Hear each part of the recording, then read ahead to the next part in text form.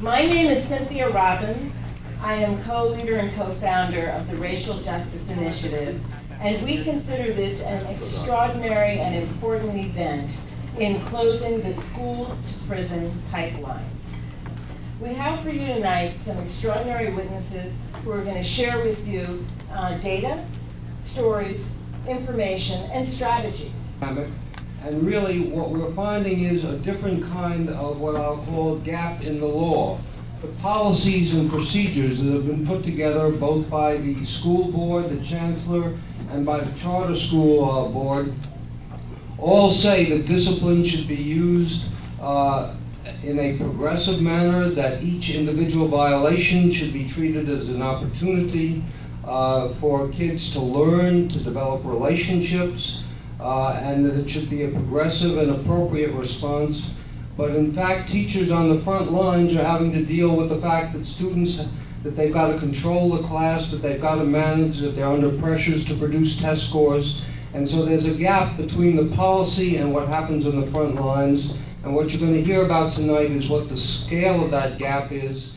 The reality is that millions of students of color, especially males, and students with disabilities across the country are subjected to exclusionary disciplinary practices that fracture their education, obstruct further educational and employment opportunity, and ultimately steer them, at least indirectly, into the criminal justice system.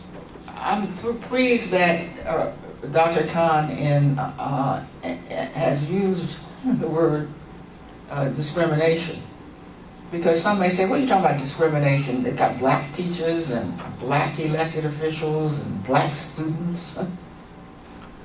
Well, if that's all it took, then why are so many of our children out on the street unable to go to school?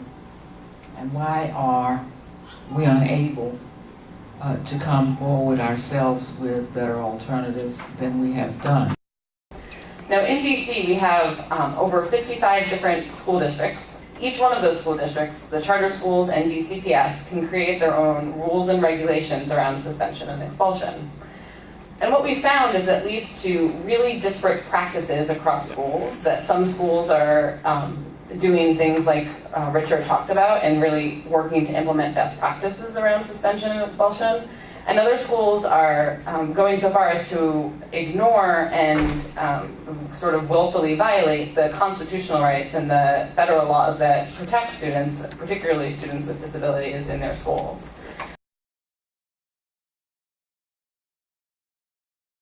A student was suspended for talking on the cell phone at Metropolitan High School. Keep in mind the regulations don't allow for a suspension in this case. This is a tier 1 or tier 2 violation. You heard some folks talk about the tiers in DCPS.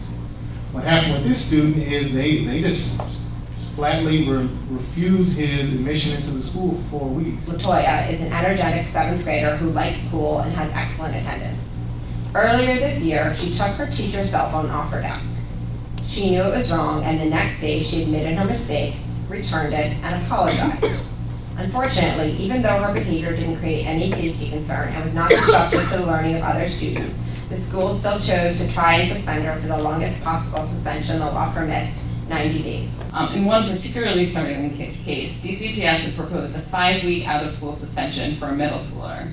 And when this case was reviewed by an independent hearing officer, what they found is that the only punishment the student should have received was a verbal reprimand. So for example, in January and February of 2012, in 66% of cases, individualized hearing officers looked at the cases that DCPS were proposing for suspension and expulsion and said that what DCPS was proposing was not correct and was too excessive. So in 66% of cases, they kicked back the suspensions and expulsions for DC's kids. As with educational attainment, wards 7 and 8 are the most impacted by school suspension and expulsion, accounting for over half of all students expelled or suspended for extended periods. In 2010 up to the 2011 school year, 37% of students in Ward 8 were expelled or suspended for more than 11 days. 37%. In Ward 7, the figure is almost 1 in 5. By contrast, no student statistically 0% in Ward 2, and only 3 in 100 students in Ward 3 were expelled or suspended for more than 11 days. One of the things that I wanted to focus on, what we see a lot in our cases, and that's the use of short-term and medium-term suspensions, which for DC Public Schools falls under 10 days or less, which falls short of the 11-day trigger for due process hearings. We had a DCPS middle school who was accused of horseplaying in the building after hours, and he lost a total of 8 days of instructional time. We have a DCPS high school student who was suspended because he was roaming the hallways when he was supposed to be in class, and for that he lost a total of 10 days of instructional time. The majority of suspensions in DCPS are for less than 10 days. These represent short-term and medium-term suspensions in the system. They are, by definition, for situations that are not egregious or where no actual harm has occurred, and they are not appropriate. Like many other students, as a result of this struggling, Joe started cutting classes. So he and I sat down and we agreed that I'd take him to school one day to make sure he got there and to speak with school officials about extra help that he could get to get him back on track. I was shocked and appalled by what I saw and experienced. Immediately upon walking Joe into the front office, the staff was hostile and disrespectful to him. Before Joe even opened his mouth, the staff person turned to me and said, "I can already tell Joe is not ready to learn today," and asked Joe for his school ID card. When Joe could not produce his school ID card, the staff person told Joe that he would have to go immediately to in-school suspension for the day for not having his ID card. We began to assess the chronically disruptive kids instead of suspending them, asking the question, why are you chronically disruptive, instead of just punishing them? I mean, who would ever think that keeping kids in school would promote graduation rates?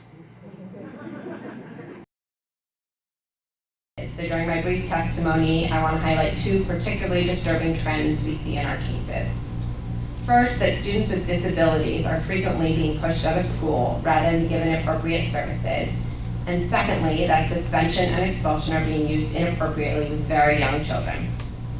National research shows that schools exclude students with disabilities, particularly those with emotional and behavioral disorders, at disproportionately higher rates.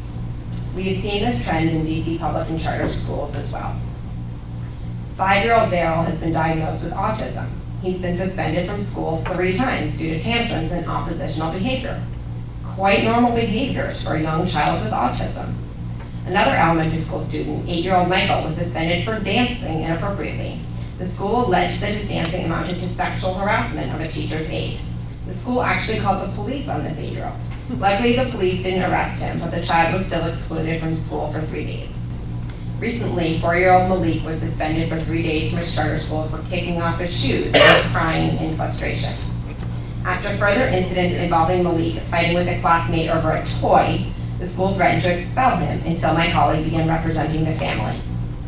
4-year-olds don't have the ability to comprehend suspensions. This little boy had no idea why he wasn't allowed to go back to school. What it says to me is that the system is broken and that the system needs to be studied and fixed. One student got 10 days for fighting, the next student got 1 day. One student got the suspension packet, another never received the suspension packet.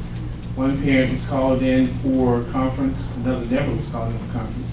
So that the inconsistency is just frightening. It says to me that the system is broken and that individual schools deciding on what disciplinary action they will take and what's appropriate for them.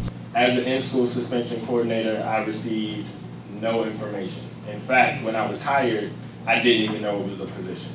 I worked with, just kind of on my own, other in-school suspension coordinators around the city who also either were teachers who were just kind of moved into that position, or they were new staff who had no training.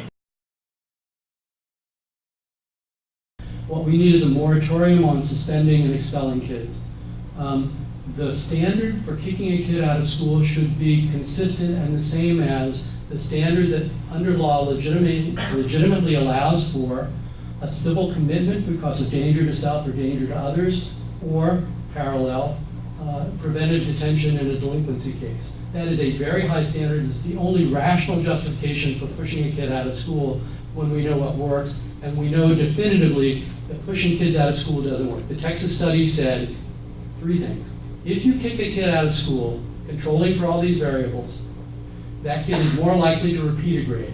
If you kick a kid out of school, that kid is more likely not to complete school. And third, if you kick a kid out of school, again, controlling for all variables, that kid is more likely to end up in the delinquency system. It's proven definitively. We can't tolerate anything other than a moratorium that equates the standard for pushing a kid out of school with preventive detention or civil commitment. Thanks. School sanctions, such as suspensions and expulsions, increase the chances a student will be involved in the justice system in the future. And as was also stated, kids become alienated from school when they're kicked out of school. You don't let a kid come to school, you tell him he doesn't belong in school, guess what? He believes you. But of all people, educators should know that. And that's what bothered me the most. Because educators are not dumb people. They're educators, they're very smart. But the problem is they're caught up in a system, and it's a broken system. And we have a lot of good people in this system, but it's a broken system that's causing good people to make bad decisions that hurt kids. So if you really want to make a change, then bring together all the decision makers with all the advocates in forums like this, the Bean Con, in order to look at the disproportionality. And you can't believe the kind of change systems that could take place with your energy and your effort.